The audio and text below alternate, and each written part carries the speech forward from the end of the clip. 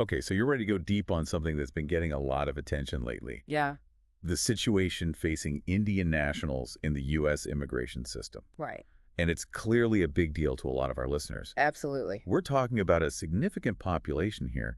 I mean, Indian nationals, they are the fourth largest group detained by ICE. Wow. And get this, over 17,000 of them already have final removal orders. Mm.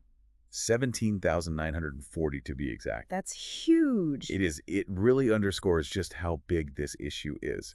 So what's going on?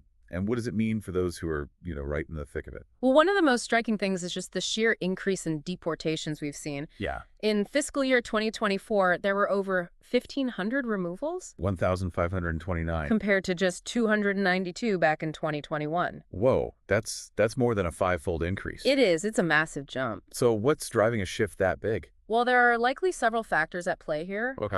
One that's had a particularly big impact, especially for Indian nationals who might be crossing the border irregularly. Yeah. Is the change to expedited removal. Right. This allows ICE to deport individuals without a hearing before an immigration judge. Mm. If they are apprehended within 100 miles of the border and have been in the U.S. for less than 14 days. So, like, a really fast-track process. Exactly. And on top of that, there's been this broader shift in enforcement priorities. Right.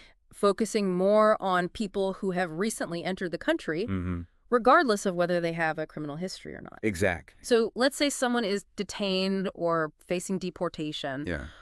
What can they do? What options do they even have at that point?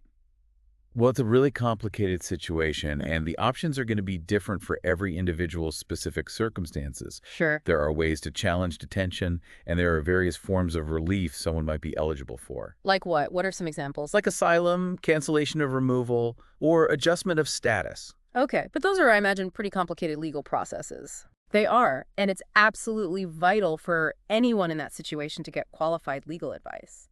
And as if all of that wasn't already complex enough, there's this news that India might actually repatriate Right. around 18,000 undocumented immigrants. Yeah, about 18,000. What could that mean for the cases that are already in progress? Well, it just adds another whole layer of uncertainty to an already uncertain situation. Yeah. It's really not clear how this potential repatriation would interact with cases that are already moving through the system. Right. Will it speed things up? Yeah. Will it make it harder for individuals to seek various forms of relief? We really just don't know yet. So monitoring the situation closely is key. It's crucial, yeah. Easy to feel totally overwhelmed by all of this. For sure. So what role can community organizations and advocates play in supporting Indian nationals who are facing these challenges? Community support is absolutely essential in situations like these. Organizations like South Asian Americans Advancing Justice or SAG and the National Immigration Forum are doing really important work. Okay. They provide legal aid, connect people with resources, and advocate for changes in policy. It sounds like they're really trying to fill a lot of different needs. They are, and beyond the national level, there are also many local community groups across the country offering support and guidance. So looking ahead, what trends should people be aware of in this landscape? Well, the future really depends on a lot of things. Sure. How immigration policies change, the political climate surrounding these issues. Right. The key is for individuals to stay informed about potential enforcement actions and understand their options. Being prepared is empowering, right? Exactly, yeah. Thank you so much for taking the time to break all this down. It's a really complex and constantly evolving situation. It is. Before we wrap up, I want to leave you with a question to think about. Okay. How might these immigration challenges impact U.S.-India relations more broadly? It's something to consider. Thanks for joining us for this deep dive. Thanks for having me.